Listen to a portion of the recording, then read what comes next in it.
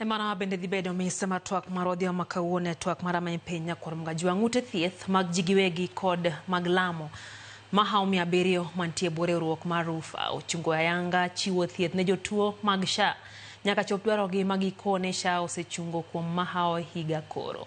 Twak kod jofwambo matende ruogni obedo gode boma Nairobi gikone SHA ntiere kod gope gi maromo bilion 76 mapok ochulgi. Judith Omondi ntiere gi ler.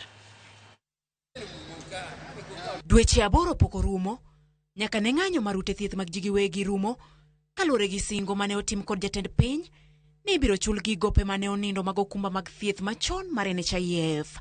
Kawuono tumo dokie wang'e kendo jotuo malimo ute thieth mag jigiwegi kod mag lamo manie bwo riwruok mar Rufa ok bi yudo thieth ka itiyo kod okumba mar thieth mar SHA chakre odiochieng' ma kawuono. So this difficult decision follows the expiry of our 2-week notice issued on 5th of December.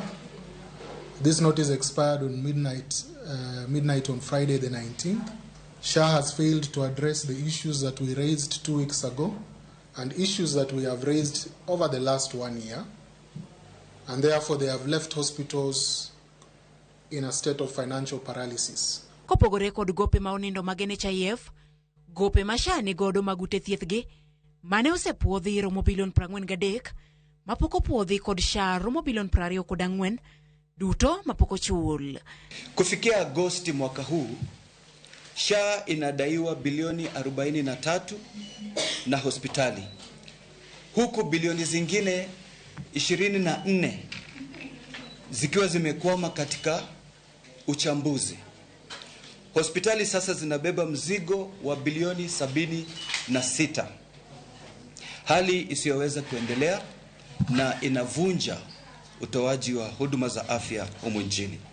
Kaluwore kod riwruogni, omenda ma SHA yudo kowuok kuom ji ma ondiki ok rom chulo ute thieth kaluwore ni kwan mathoth mar ji ma ok ondiki ok chudi. Gisayo SHA kuom makore kod ute thieth e weche matindo mondo mi umdugi mar dhier ma okwako okumba manyien mar SHA. In order to survive, SHA has been rejecting valid medical claims and calling them fraud. SHA has been denying renal and cancer patients approval for care and calling it the exhaustion of your approved sessions.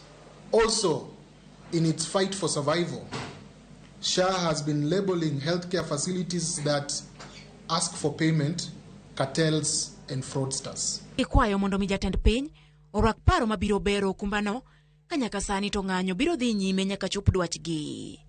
Judith Omondi, Ramogi TV. Duol makedo gi mibadhi e pacho kae EACC koro yango ne dhi peyo mwandu ji moko